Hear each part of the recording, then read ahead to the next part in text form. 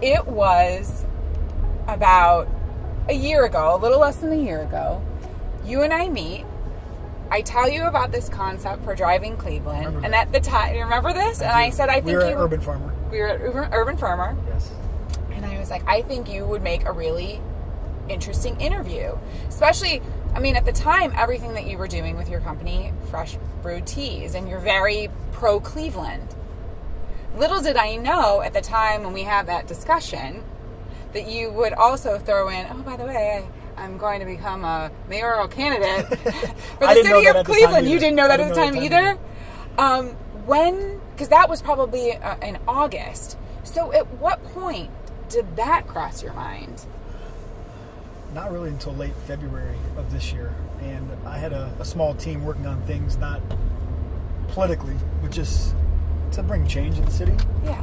People that were like-minded, people that wanted to see change and were fed up with the way things were. And so we were just trying to find out how to make a difference. And out of that, I kind of became the candidate. So it's interesting, but I did not plan to become the candidate. And was it one of those things literally where it's like sitting around a kitchen table and everybody's throwing out ideas and it happened very organically? A little bit, but we would meet regularly, once or twice a month, and didn't know if it was going to be through a media platforms like a grassroots movement to bring truth to light and just kind of give people the truth about what's actually going on in City Hall, what's going on locally, because a lot of the local media also doesn't cover very well. But a lot of people were speaking into my life and saying, you should run for mayor, and it was people outside of this group. And so it made me start thinking, and I got to the point where I couldn't argue with a lot of the things people were saying. And while the opportunity for Fresh Brewed and the growth of my company was great, I really was more passionate about the city. And so it was like, this is the year to do it. I'm 32. I'm not married. If we're going to take a stab at it, this is the time to do it. So, when it was first said to you, you should run for mayor, I said, you're crazy. But it was the first time somebody told me that was in 2012. Really? Yeah, somebody in the media. Within the first 5 minutes, we were meeting for Ohio Homecoming. And she said, do you have any political aspirations? And I said, not really. She said, you should run for mayor someday. And I said, I think you're crazy. Was this someone you respected? Yes. Mm-hmm. And she's one of the ones actually this year that pushed me to do the same thing. And kind of came full circle. And it was interesting because that was the first time we met. Now we're very close and we work closely together. And to see it come to fruition is just interesting. It's Cleveland, from the outside looking in, it really has looked great, right? You have the resurgence of the flats, people moving downtown, finally a great grocery store, like little things like that, and then sports teams that are doing well. So the RNC came to town, and Cleveland really seemed to shine during that time. So I'm talking about it from the outside looking in. Mm-hmm. I'm from here too. Yeah. Talk then about what's happening on the inside, because you really weren't an insider in politics, but what's happening on the inside that made you say, A, I think I want to take on this job, and B, I think I can do a better job? Well, interestingly, it's the perception that Cleveland is thriving that is wrong, in my opinion. So there's a lot of downtown development. I mean, we're here by Public Square. We had the Public Square renovation, and there's new development and things going on, but the citizens are the ones that actually are the thing that are important, right? And they're the ones that have been neglected for years. I'm a citizen. I live in Ohio City. I have my office in St. Clair Superior, which will probably pass.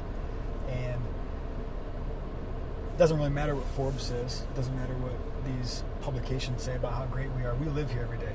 And so if we don't have services, if we have the worst education in the state, if we've got homicides and safety issues, that's how you lose population. We've noticed that. That's how you don't build a sustainable city. We saw that with the Gateway in the 90s. Everybody expected this increase in this growth and this turn for Cleveland for the better. And while it did help spur change downtown, the neighborhoods for decades have been neglected.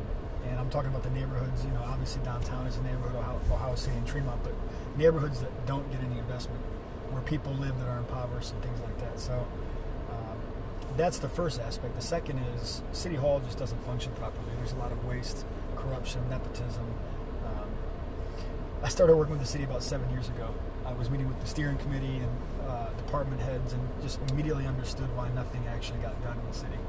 and that there was no way we were going to actually have progress if the same people stayed in power. And so 7 years ago when I started, it was like, I can't believe this is happening. How do we bring change? At that time, I hadn't, my company wasn't the size it is. I didn't have a name recognition, but I knew that something had to happen. And this was after we seemingly got all of the big corruption out? At the county, yes. My question is, how does the county go down, everybody at the county and nobody at the city, when it's the same party and it's the same people that have been working together for the last 30 years? So I'm not insinuating there's corruption there to that extent, but I'm saying that there's a reason why City Hall is still intact and that people aren't able to do things and there's no progress. Something didn't smell right to you. Still doesn't. And so let's say this. I think you can learn a lot about how a person is wired when you look at their foundation and where they came from. You and I are both kids from Lorain County, yes. Right? You were I told you I used to caddy for your parents. I know, it's couldn't crazy. believe that. Yeah. So while you were caddying, I was like playing junior golf Yes. and terrible at it probably. Which, by the way, the caddy program out in Elyria, Elyria Country Club was just known to be such a great caddy program. It was one of the best in Northeast Ohio. I think one of only a few when I started, and I was 12 when I started.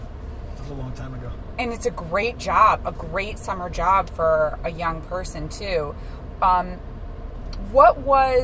about what your childhood was like. What was life like growing up for you? I had a good childhood. I had family that really supported me, but I also didn't have a lot. So my mom raised me.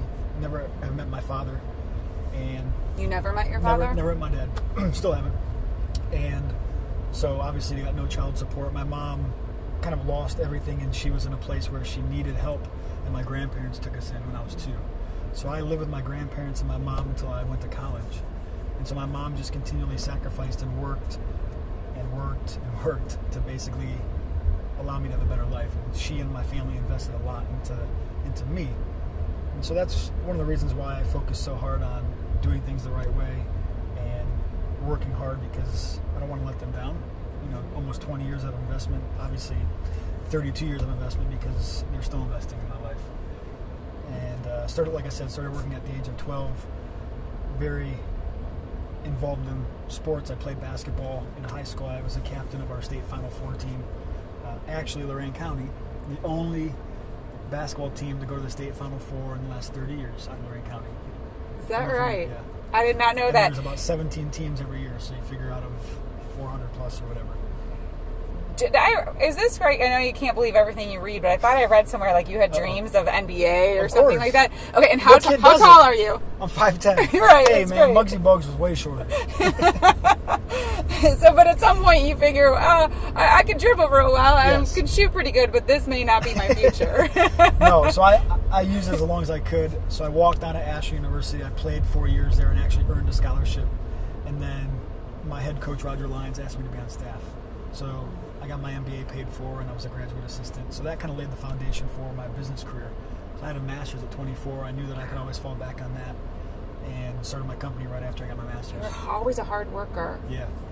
Didn't have a choice otherwise. But you did have a choice. Yeah. I You guess did. the We choice always was- do, right? Yes, you're right. But it was just, you were living what was the example that was being given to you Yes. too, right?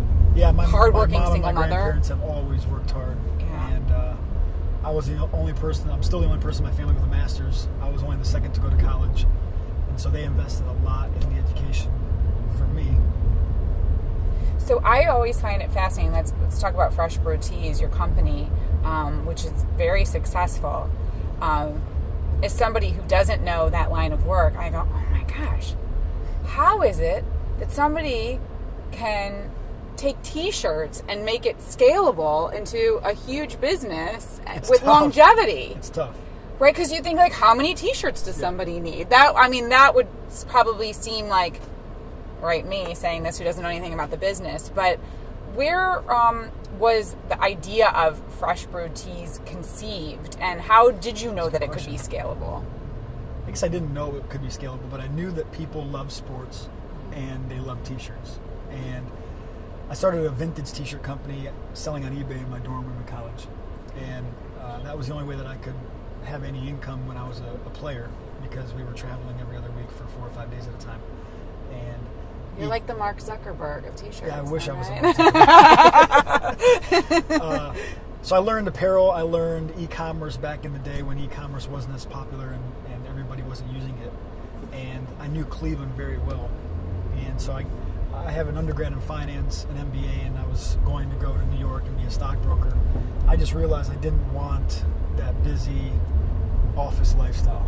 I wanted to be able to work different hours. I wanted to network, and I wanted to be near sports. And so I decided to start this apparel company. At the time, I didn't even know the name. I didn't know what it would entail. At the time, I thought that it may have something to do with organic and recycled products, which we've veered away from because it's just difficult. But the first shirt we did in January of 2010 showed up on ESPN. And it was for Josh Cribbs when there was a contract dispute with the Browns.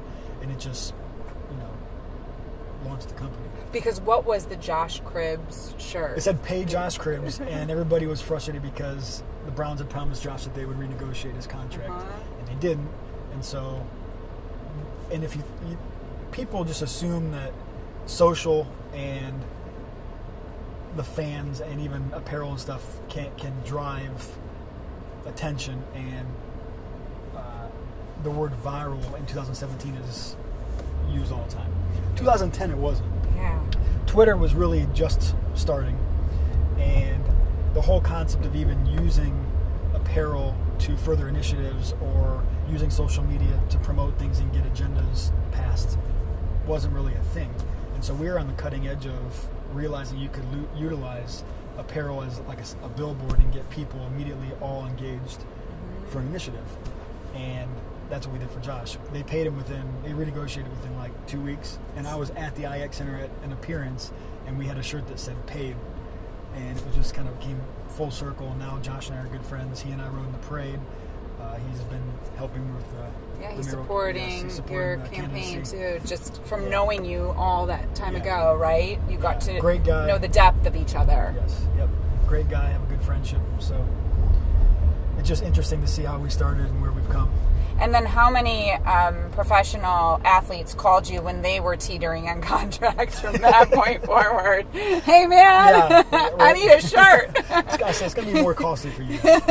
Well, actually, I joke about that, but then how many years ago was it that I suppose it was probably leading up to the presidential run, that you started the campaign with players from different MLB organizations, where it was like Kluber for president and other players for president. That was spring training of last year, and obviously the election was very polarizing, and everybody was involved and interested. And so I said, why don't we pick 2 or 3 people from each team in the MLB, because we're licensed by the MLB players. And I said, we'll go to spring training, we'll get video of them, we'll launch a whole collection of 4 president shirts, and it went very well. With the Cleveland Cavs through 2017, the playoffs. Every time I was on Twitter, Instagram, Facebook, I always had the hashtag Defend the Land, which is your trademark. It is. And you worked with the Cavs to license that to them. How did you work directly with Dan Gilbert? No. I worked with Tracy. Okay. She's the chief marketing officer. And but he would have had to approve it. Oh, yeah. Or Len, the CEO, the management team definitely had to approve it. And it was... Was that an easy transaction to make happen? No. It was not easy. So we created the slogan in 2014. We actually started working with the Cavs in 2015. They were buying product from us in the team shop that was branded Defend the Land. And then in 2016, they decided they wanted to use it for the finals, but they weren't going to actually use it on apparel, so there was no way to monetize it. So I gave them permission, and I said, just incorporate us in some social media. We'd love to partner. We're big fans of the Cavs, obviously. And how cool is it that they want to use something that we created? Well, in 2017, they made it their official hashtag for the season, and then decided they wanted to use it for the playoffs. And so that's when they came to us, because they wanted to actually use it on apparel. And so we negotiated a deal where they were able to extend that license to Adidas, and then we went and did deals with all the other large companies. 47 brand, New Era, you probably are familiar with them because of headwear, and Fanatics, which is the largest player in sports apparel. We did separate deals with each of them so that they could also utilize the trademark, and it was great because they went to the finals. Hopefully, I wish they would have won, but Yeah. it was still great to be able to see it everywhere. You know what I find interesting about all of this, because somebody listening may go, oh, wow, that sounds so complicated. And it seems like, people dream big or they think big and they go, oh, nobody knows me. I don't have the contacts. How am I ever going to make that happen? And so they give up. Yeah. What I think is interesting with you is that, again, kid from Lorraine, it's not like you grew up and had, parents who were movers and shakers, right? No, definitely not. So... I was supposed to be the kid that didn't make it, Which is interesting. Yeah. Look at you now. What is it that happens in your brain that makes you say, I've got to find that yes. I'm going to tackle this goal. I'm going to leap over this huge hurdle. I guess it's the fact that I'm never content, and I feel like even if I'm only one person, I can really make a difference in the world, in the city, with other people in their lives. And I've always wanted to be the best. I don't just want to have a t-shirt company. Why can't we have a company that's well known? Why can't we be the best in the city, the best in the country, the best in the world? And so that's what I'm always striving for. It's never enough to just say, we have one license, or we've got one great successful t-shirt, or we've got a well-known brand in Cleveland. Well, why isn't it well-known in Chicago? Why isn't it well-known in LA and Seattle? Mm-hmm. And so that's why we've branched out in Seattle. We've got an office in LA, and we're working on Chicago and Toronto because I want to be a global brand. But when you are up against what might seem like a mountain to some people, like, how the heck is anybody ever going to say yes to this? How am I ever going to accomplish this goal? Yes. When that is presented to you, what makes you not quit? I think it's two things for me. It's my faith. I believe in God. I believe that He has a purpose for my life. And secondly, my family. I watch my mom deal with it, and not quite life or death, but essentially, life or death. It wasn't business. If she didn't hustle and she didn't sacrifice and she didn't work, we weren't going to make it. And so, even if it wasn't something she told me every day, it's what I saw. I saw my grandparents go to work at American Greetings every day. I saw my grandpa lose his job at the age of 60-something and have to go work at Walmart because he needed health care. And it's just nonstop hustling. And really, it's the American dream. You can do anything if you work for it. And I watched them not really love their jobs, not have, MBAs, not have high education. I watched uncles not enjoy their jobs. And I said, I don't want to be like that. I don't want somebody else to dictate my life. I don't want to work for somebody that doesn't care about me. I don't want to be a number. And I want to make a difference. And so that's why I started Fresh Brewed Tees, because I thought I can make a difference, but I also can sustain myself. Tony, I think it takes a special person to recognize that about themselves and to make the decisions that you've made to follow your goals, your dreams, build something that you can be proud of. And you're doing all of that. It's a completely different task to inspire others. Because from what you're saying, I'm sure you believe that anybody can do that. Yeah. No matter where they come from, no matter, what cards they've been handed. So, pursuing this big job, being mayor of this city, part of that would be to lead to inspire. Very Does much that so. seem overwhelming to you?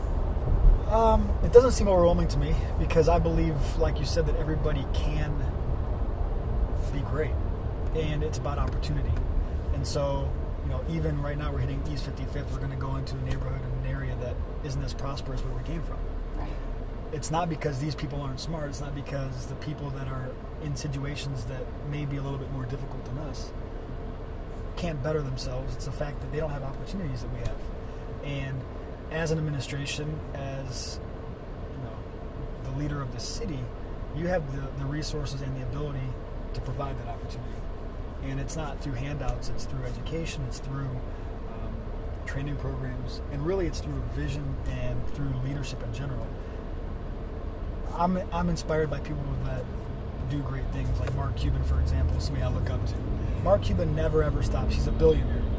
And his whole focus on success is always being the smartest person in anything that you're focused on. he's not the smartest person talent-wise, or he doesn't have the most talent. He's going to always out-educate himself. He's going to, when you're at the gym or when you're at the baseball game, he's going to be reading. And you can always better yourself, but you need support. And so a person like Mark is a person that I look up to, and I'd like to do the same thing for others. Maybe not at that capacity, but at the local level, if they're not seeing a leader that is inspiring, why would they be inspired to do anything? They wouldn't. And that's the administration we have now. I'm an inspired person, and I feel that way about our administration. Yeah. And we're not supported, and we don't, our administration does not support people that actually have vision and are forward thinking, and that's got to change. So let's talk about a topic that can be a little bit of a tricky topic to discuss, especially for the two of us, Sure. And that's the topic of race, racial divide, race relations, because we have, I think it's what's so great about Cleveland is that it is such a melting pot. You've got so much diversity here. But here we are, two white people sitting in a car to talk about race. That's why I say it could be a little bit tricky. I mean, I've never been the victim of racism, maybe sexism, but never racism. Nor have you. So, how do you approach that topic and take on something that really needs to be talked about? I mean, we can tiptoe around it, right? And be very politically correct, but it's clearly an issue. It is. And in 2017, we're in a place where if we don't talk about it, there's not going to be change, and it's going to get worse. We can't pretend that it doesn't exist. We can't pretend that Cleveland isn't the most segregated city in the world, because it is.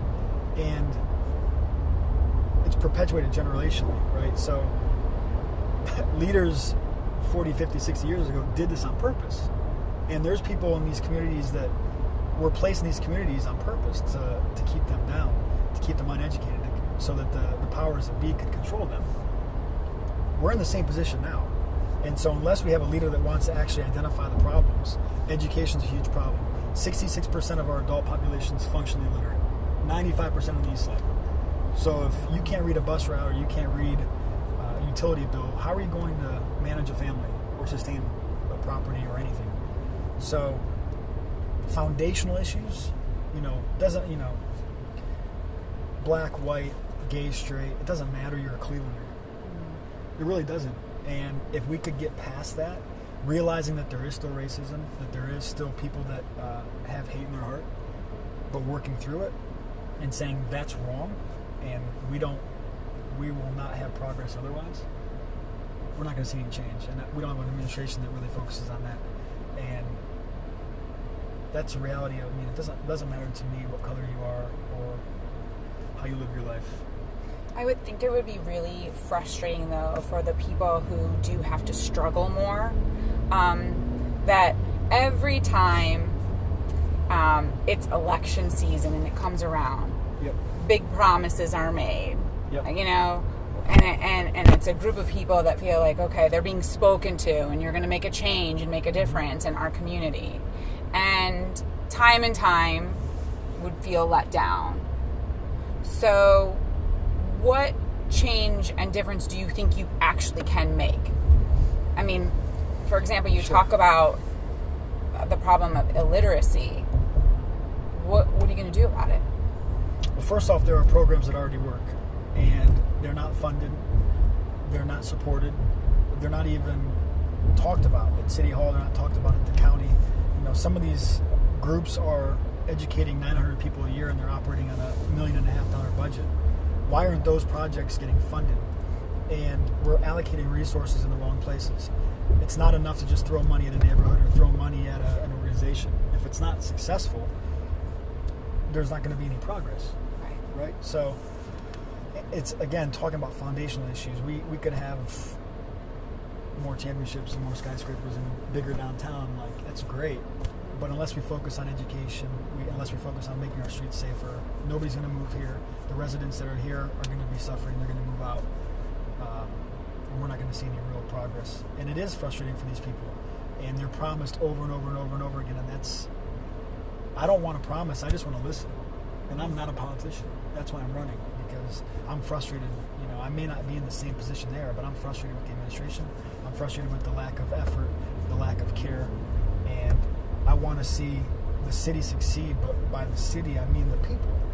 That's our greatest resource.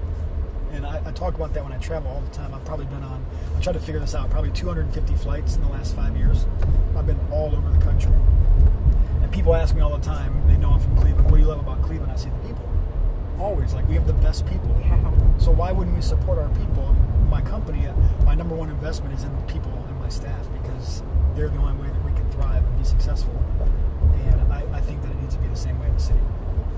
So, let's say you were to win. How We're going to win.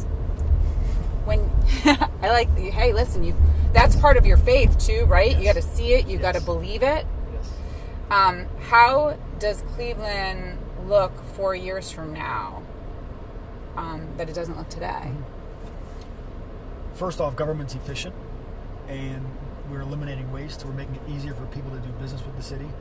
We're taking care of our people. We're investing in communities that actually don't have that investment right now.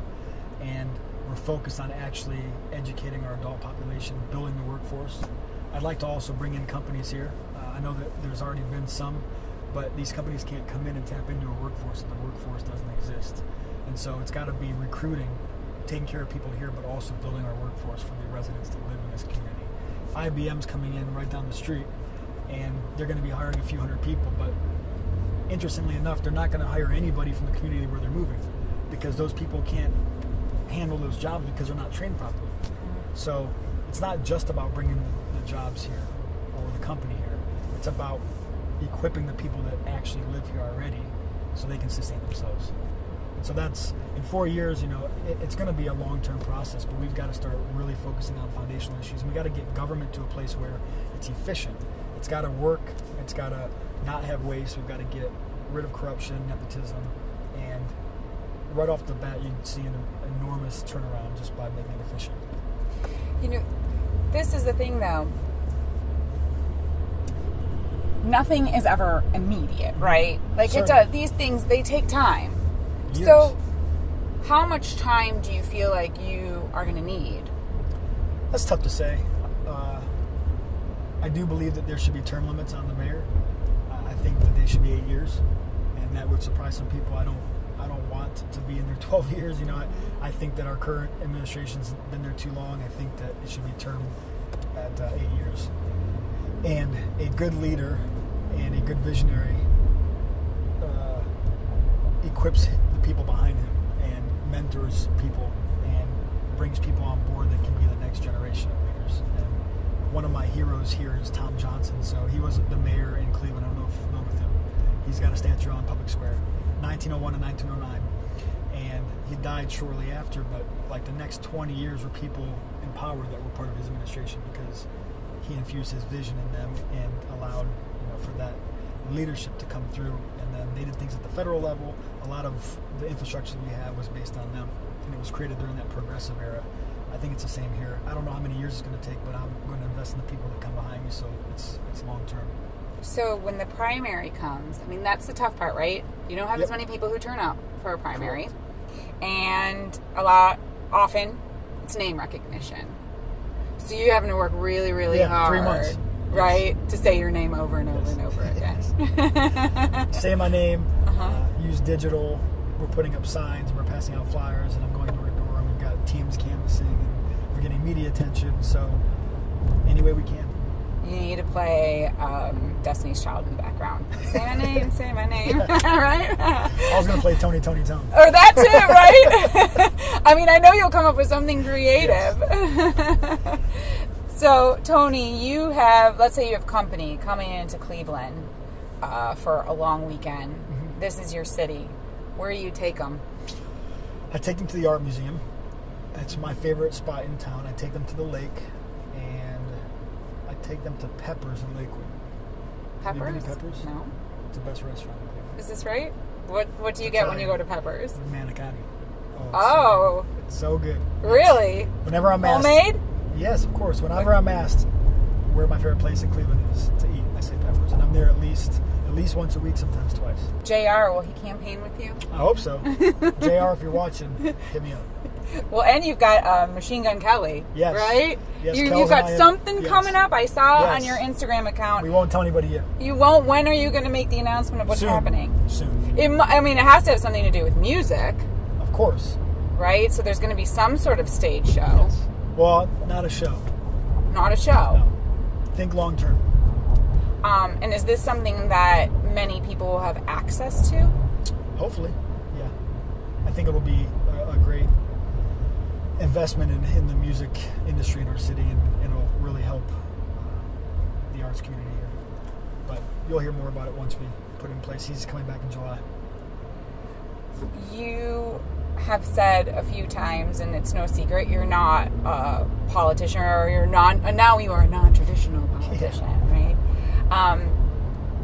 Which, in this country, that kind of became the climate, right? Especially at the highest office, the rhetoric has become ugly. How important is it for you to stay honest but keep the rhetoric positive? I think it's about identifying the real issues and attacking things that are wrong without attacking a person. And that's my goal. You know, we may disagree, and I may attack the hell out of you for something that I don't agree with, but I'm not going to attack the fact that something's going on with your family. That's my goal. You know, I'm not perfect, and so I may make mistakes, but I said right at the beginning of my first press conference that no matter what happens, whether you agree with me or not, I'll always be transparent, accessible, and honest. And that's my goal. Win or lose, whether you like me or not, you'll know that you can trust me.